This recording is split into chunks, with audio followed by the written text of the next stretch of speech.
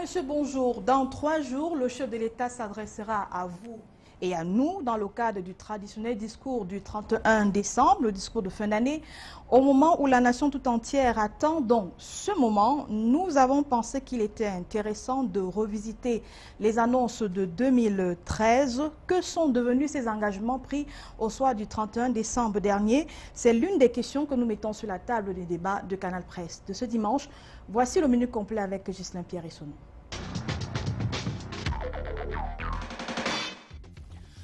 Au-delà de l'absentéisme médiatique, Paul Biya s'adresse au peuple camerounais le 31 décembre prochain comme de tradition. L'année dernière, son discours sanction décriait l'absence de coordination gouvernementale et l'égoïsme de certains membres de l'équipe Philemon-Yang. À l'occasion, il appelait de toutes ses forces à la correction des irrégularités dans le travail de l'appareil gouvernemental, au point où les heures suivantes, le peuple s'attendait à un renouvellement des ministres. 12 mois après, ils sont toujours en poste, comme si le chef de l'État avait reculé, se contentant, et c'est des bonnes guerres, d'assurer la sécurité dans les deux zones de conflit, de l'extrême nord et de l'est. Je ne veux pas parler des actes manqués, encore moins des engagements non tenus après la tenue du discours. Je lance seulement un appel pour un aggiornamento du politique et de la politique quelques jours avant le 31 décembre 2014. Les fabricants camerounais et d'ailleurs des sciences juridiques et politiques disent qu'il faut que par la disposition des choses, le pouvoir arrête le pouvoir. Eux, ils convoquaient la séparation des pouvoirs pour limiter l'arbitraire et pour empêcher les abus. Ainsi, le pouvoir législatif édicte la norme, l'exécutif les exécute et le judiciaire les applique dans le cadre du règlement des litiges. Ne nous perdons donc pas dans la théorie, mais constatons encore avec les COPS étudiants que pour le cas du Cameroun, l'indépendance est formellement consacrée. Sauf que ceux-ci croient savoir que l'exécutif, quelque peu réant, tente à affecter et à infecter le pouvoir judiciaire. Par exemple, en contrôlant la carrière des magistrats, en exerçant aussi un pouvoir discrétionnaire quand il faut nommer au Conseil constitutionnel ou un peu à la Cour suprême. Les mêmes corps étudiants disent avoir suivi de l'ancien Premier ministre Inoni Ephraim qu'il était celui qui conduisait l'opération Épervier. D'ailleurs même, la Cour suprême avait dit le droit sur l'affaire CMC et depuis, plus rien. En se refusant de parler des gens de la justice, magistrats, juges et auxiliaires, voici venu le moment de juger l'indépendance du judiciaire vis-à-vis de l'exécutif camerounais. Plan d'urgence, Toto ne comprend toujours rien. Toto voit en ce plan d'urgence une initiative sur le tard. Pourtant, il n'a pas été difficile de financer le dit plan. Les 925 milliards de francs CFA déjà disponibles prouvent la volonté d'accompagnement des banques à cette initiative présidentielle. Mais Toto ne comprend pas jusque-là quelle sera la place du plan d'urgence au milieu du budget programme et du budget 2015 déjà voté.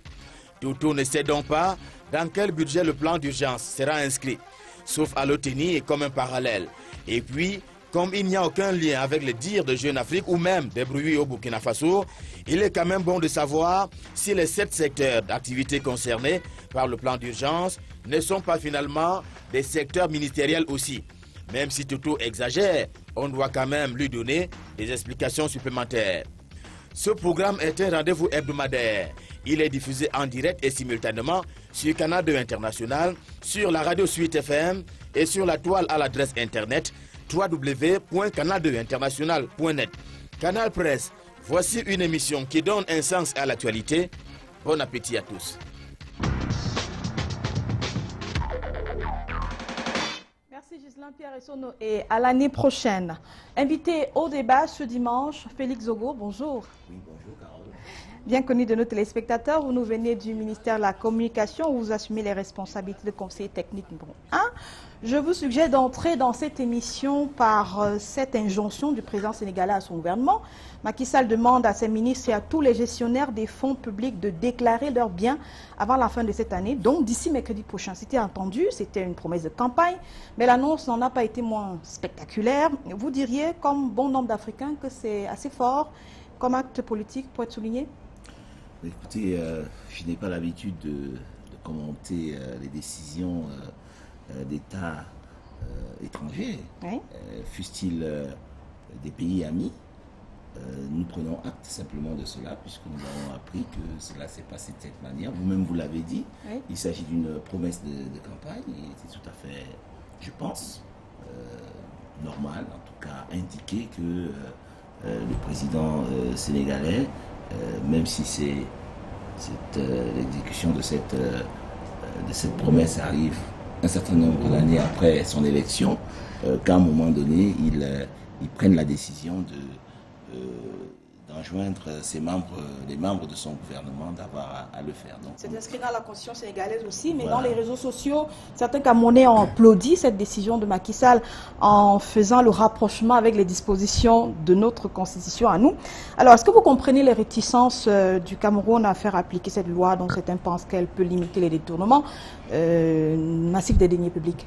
Écoutez, le Sénégal n'est pas le Cameroun. Fusionnons-nous des pays frères et amis. Le Sénégal est le Sénégal, le Cameroun est le Cameroun.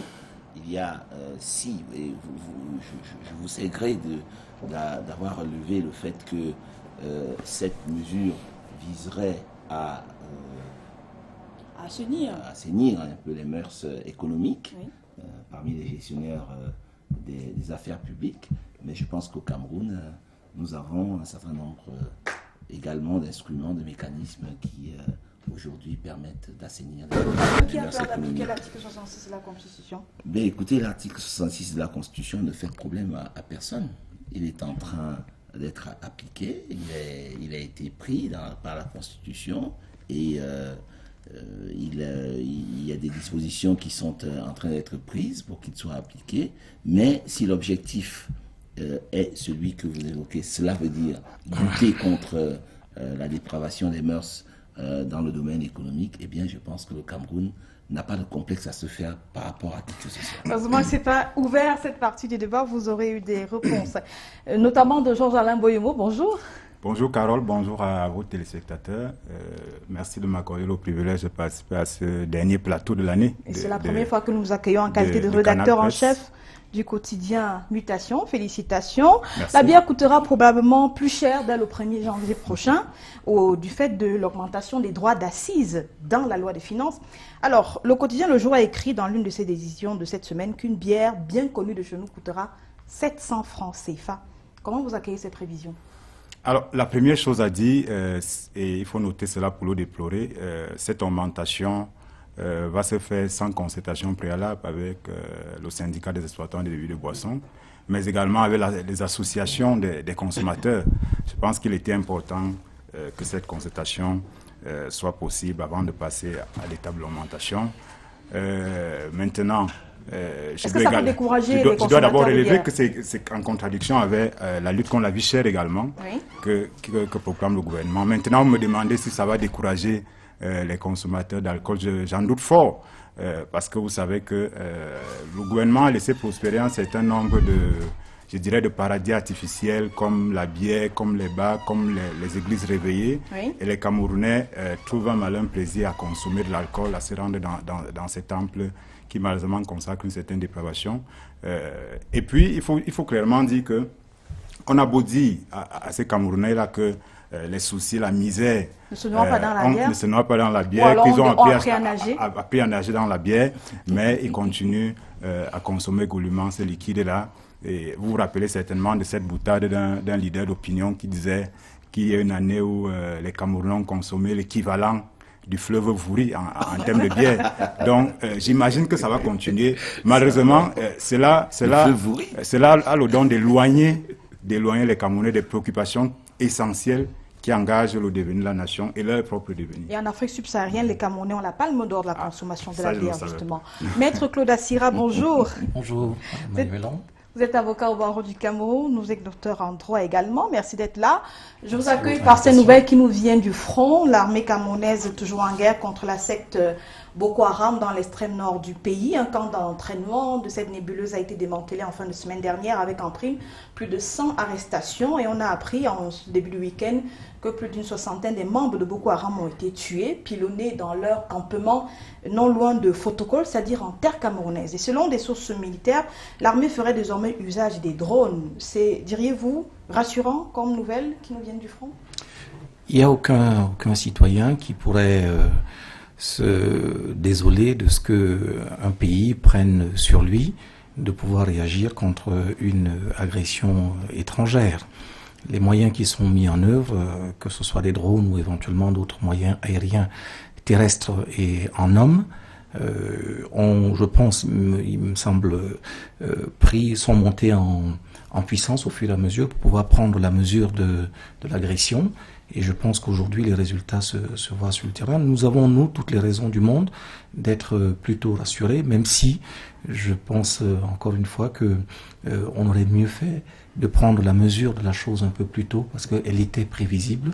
Il y a quelques années déjà qu'on voyait le phénomène Boko Haram et on savait très bien qu'avec la porosité des frontières, on ne pouvait pas être à l'abri ou s'abriter simplement derrière notre petit doigt et espérer que nous, Cameroun, nous pouvions échapper à un phénomène qui est pourtant un phénomène, j'allais dire, de contagion. Et certains pensent que le camp d'entraînement et de formation des enfants du djihad islamique qui a été démantelé est bien la preuve que la secte est déterminée et elle a un agenda. Vous le pensez ou pas? Moi, j'ai le sentiment, enfin, je veux dire, ce n'est même pas une question de foi. Quand vous voyez, je ne sais pas comment on peut raisonnablement décrire. Vous avez des guerres qui sont entreprises par un certain nombre d'organisations, terroristes ou pas, avec un objectif qui est identifiable, qui peut être soit la conquête d'un territoire, soit éventuellement l'acquisition ultérieure du pouvoir.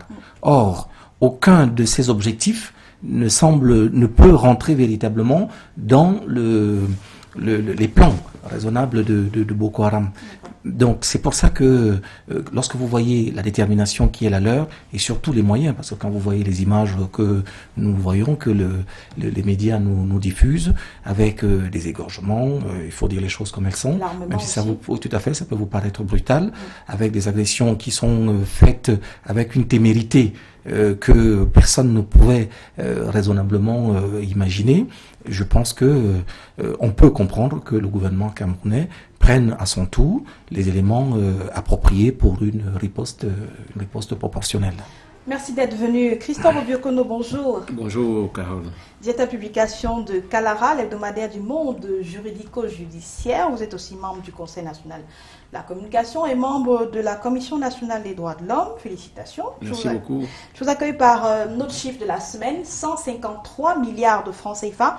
C'est l'estimation du niveau de souscription un mois après le lancement d'un emprunt obligataire qui visait à collecter 150 milliards.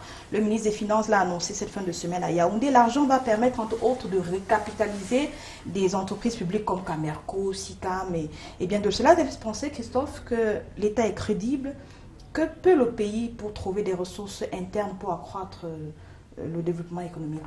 Je n'ai pas bien compris la question. Que peut le Cameroun pour trouver des ressources internes pour accroître le développement économique? Je crois que cet emprunt obligataire est déjà l'une de ces solutions. On a souvent dit que les banques camerounaises étaient assez liquides, oui, et l'État va chercher l'argent des Camerounais qui est gardé dans ces banques-là pour en faire bon usage. Vous savez, si vous ne l'utilisez pas ici, on l'utilise ailleurs. Oui. Mais au-delà d'aller prendre cet argent-là, l'autre source de financement serait qu'on produise de l'argent, c'est-à-dire qu'on crée un climat des affaires qui soit propice à la création des entreprises, à la fabrication de la richesse, et à travers cela, l'État peut avoir de l'argent.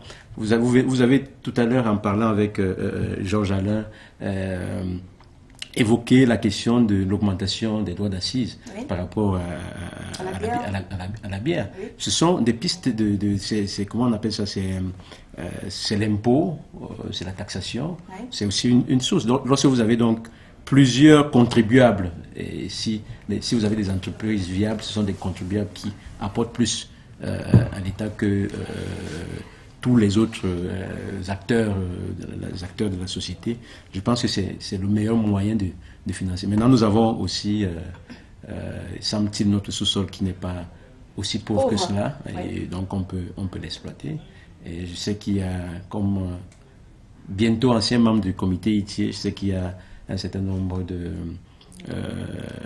d'explorations ou des découvertes qui sont en cours. Ça pourrait permettre à l'État d'avoir un peu d'oxygène en termes de CFA. Le reste du temps de parole dans la suite du débat. Messieurs, merci d'être venus. Voici le tour complet de l'actualité de la semaine avec la revue de la presse d'Arlé Debo en début.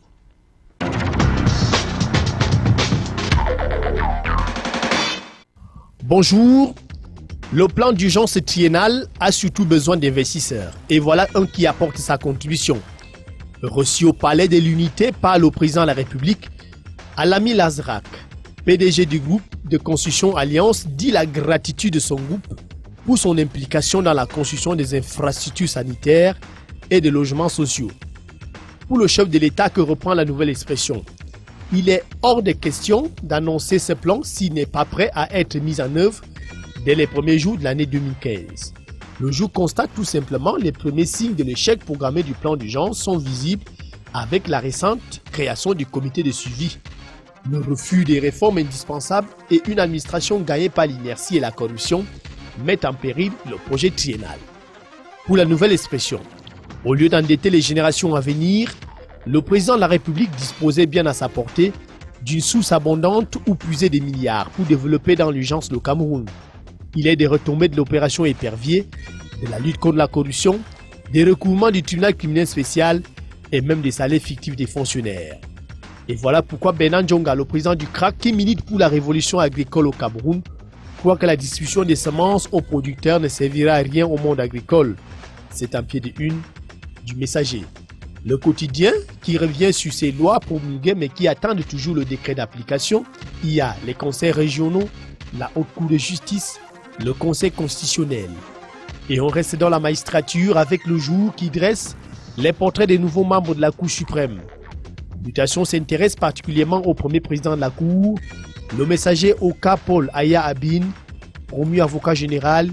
Il doit accepter sa nomination alors qu'il vient d'être porté à la tête du SCNC, une organisation qui prône la sécession. Kalara parle d'une vraie fausse réhabilitation de l'ancien député RDPC et reversé à l'opposition. Grande offensive de l'armée dans le maillot d'Anaï avec la destruction d'un camp d'entraînement de Boko Haram. Opération au cours de laquelle 104 membres de Boko Haram ont été interpellés.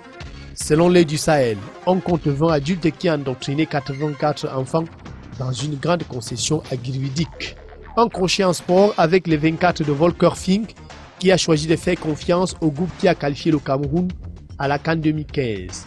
Le stage démarre le 5 janvier prochain à Yaoundé. Pendant ce temps, la FECAFOOT prépare l'élection. Les 6 potentiels futurs présidents de la FECAFOOT ont tous été proches de Iya Mohamed, même si c'était le remis aujourd'hui. À Evekam, 127 employés sont en garde à vue pour grève selon mutation. Ils sont accusés par la direction générale de la société et la gendarmerie de troubles à l'ordre public. À l'origine, le personnel a revendiqué le paiement du 13e mois avant d'être interpellé. Liberté de la presse et Reporters sans frontières évoque dans son classement annuel le durcissement des politiques à l'encontre des professionnels de l'information, les poursuites judiciaires abusives, les suspensions de médias et l'inculpation des journalistes, le tout pour expliquer le recul du pays. Un plateau d'or pour le ministre de la Communication pour réagir, comme il a toujours fait à chaque fois que le régime est indexé.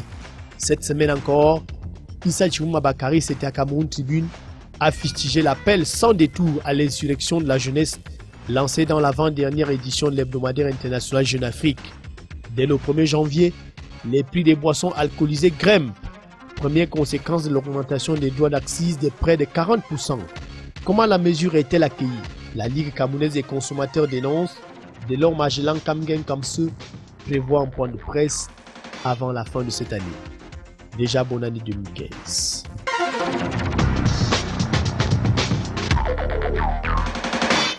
On n'a pas fini de parler du dernier Conseil supérieur de la magistrature. Il s'est tenu le 18 décembre dernier. Nous ouvrons donc par les résolutions ce dimanche avec en toile de fond la question de l'indépendance de la justice au Cameroun. Question à vous, Félix Zogo. Les suites de la dernière session du Conseil affaiblit ou alors renforce le pouvoir judiciaire au Cameroun, si tant est que ce pouvoir existe vraiment? Ben, écoutez, affaiblir, renforce, ce conseil s'est tenu comme les autres conseils. Oui. Donc je ne pense pas qu'il y ait eu une évolution par rapport à la question de l'indépendance, une évolution à la baisse ou à la hausse de l'indépendance du pouvoir judiciaire. Je suis heureux que vous ayez invité ici un avocat, Maître Assira, qui je pense est bien placé pour savoir que leur question de l'indépendance de la magistrature a toujours été, on va dire, embarrassante dans tous les systèmes politiques du monde. Parce que la question est d'abord celle des critères. Quels sont les critères de l'indépendance? À partir de quels facteurs on juge qu'un pouvoir est indépendant ou pas? Et puis on dit indépendance, il faut bien préciser indépendance par rapport à quoi? Et je crois comprendre que c'est d'abord l'indépendance par rapport à l'exécutif.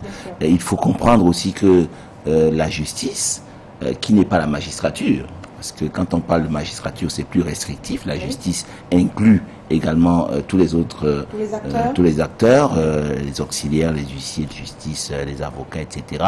Donc, si on parle de cette indépendance, eh bien, il faut bien se dire que c'est d'abord un service public. Même lorsqu'il est exercé par des professions libérales comme les avocats, les huissiers et autres, les notaires également, c'est d'abord un service public. Et lorsqu'on parle d'un service public qui serait indépendant, cela crée au niveau conceptuel on va dire une certaine antinomie.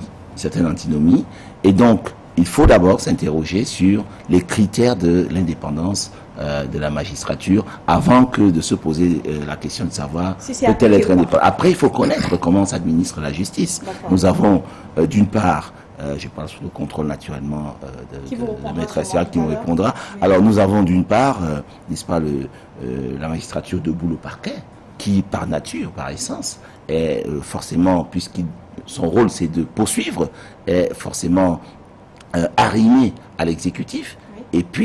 et qui ne fait pas partie en réalité on va dire du tribunal, puisque quand on parle d'un procureur, on dit toujours le procureur général, le procureur de la République près le tribunal, c'est-à-dire qu'il n'est pas, puisqu'il vient pour poursuivre, pour accuser et pour poursuivre. Après, il y a la magistrature assise, et je crois que l'indépendance concerne surtout, n'est-ce pas, la magistrature assise, et c'est peut-être sur cela qu'on pourrait peut-être épiloguer d'une manière ou d'une autre. Christophe Obiokono, c'est votre, on va dire, plan quotidien de traiter des faits judiciaires, et est-ce que vous aurez des critères de l'indépendance de la justice à nous proposer, tel que Félix Zegou a commencé à pas tant des résolutions, on pourrait les appeler ici, ou bien des actes issus du dernier Conseil supérieur de la magistrature.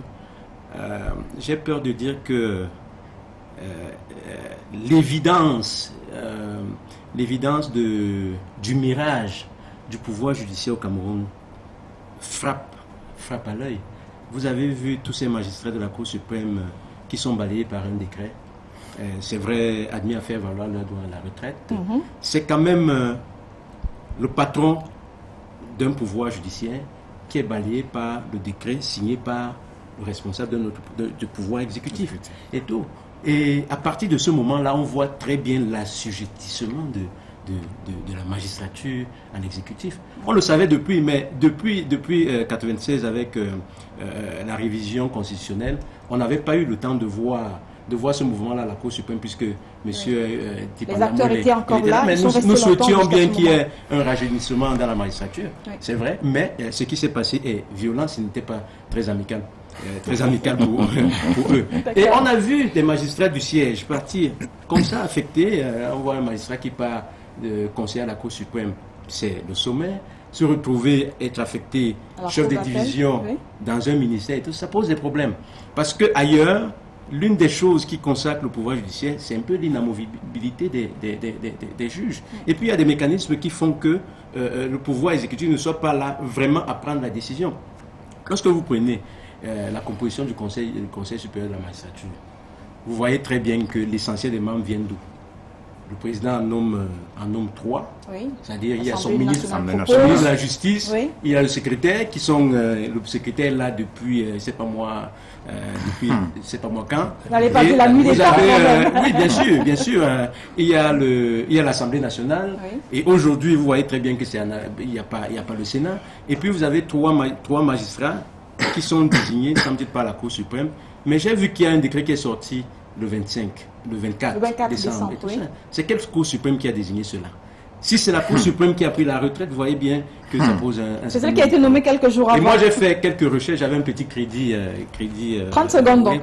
J'ai fait quelques recherches et j'ai vu comment ça se passe en France, où il y a eu plutôt une autorité judiciaire. Les magistrats sont organisés pour désigner, en tout cas, la désignation des membres du Conseil supérieur de la magistrature se fait d'une certaine façon. Je vous suggère qu'on termine par les similitudes avec les autres pays. Maître Sira, vous pratiquez au quotidien dans les tribunaux et tout le reste. Vous pourrez dire que c'est en toute indépendance que les décisions sont rendues au Cameroun? Alors, entendons-nous d'abord, on ne peut pas juger l'indépendance, je suis entièrement d'accord avec Félix là-dessus, on ne peut pas juger l'indépendance uniquement à partir du Conseil supérieur de la magistrature. Oui, bien sûr. Donc écartons cette hypothèse, c'est les actes de tous les jours. L'indépendance, la magistrature est une réalité, on en parle beaucoup, mais on ne sait pas exactement ce que ça contient. Mais si on devait, de mon point de vue, en donner une définition approximative, l'indépendance, c'est deux choses. C'est d'abord un statut, et c'est après une vertu. Si vous voulez qu'on dise un petit mot sur le statut, vous allez apprécier par vous-même. La Constitution du Cameroun laisse la possibilité au président de la République d'intervenir par ce qu'on appelle le pouvoir de grâce. C'est-à-dire que vous avez été jugé en première instance, confirmé en cour d'appel, la Cour suprême, qui est la plus haute juridiction, a rejeté votre pourvoi, vous êtes condamné, et pourtant, il y a quelqu'un qui ne connaît pas, qui n'a jamais étudié le dossier, rien du tout. Au bout du parcours, il est membre, il n'est pas juge, il décide qu'il va aller à l'encontre de ce qu'a décidé les autorités judiciaires. Et il va vous gracier. Tout à fait. Bien. Donc vous voyez qu'il y a déjà là, rien que par le jeu constitutionnel, une immixtion du président de la République, qui est donc le chef de l'exécutif, dans le domaine de la justice, qui, à mon avis, permet de répondre déjà à votre question. La deuxième chose, et je pense que Félix l'a dit également tout à l'heure, c'est que le magistrat est un fonctionnaire. Dans tous les pays du monde entier, le magistrat est un fonctionnaire.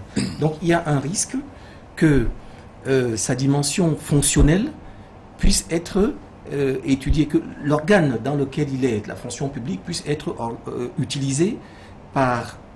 Je vous signale en passant que le fonctionnaire dépend de l'exécutif, c'est-à-dire, encore une fois, du président de la République. Exact, oui. Donc il y a un risque que sa dépendance organique puisse être utilisée à des fins fonctionnelles par le président de la République, ce qui va de soi. Bien. Et puis à côté de ça, il y a malheureusement le fait que il y a les pratiques, on va dire un peu de Gondwana City. Je peux vous donner quelques exemples par vous-même.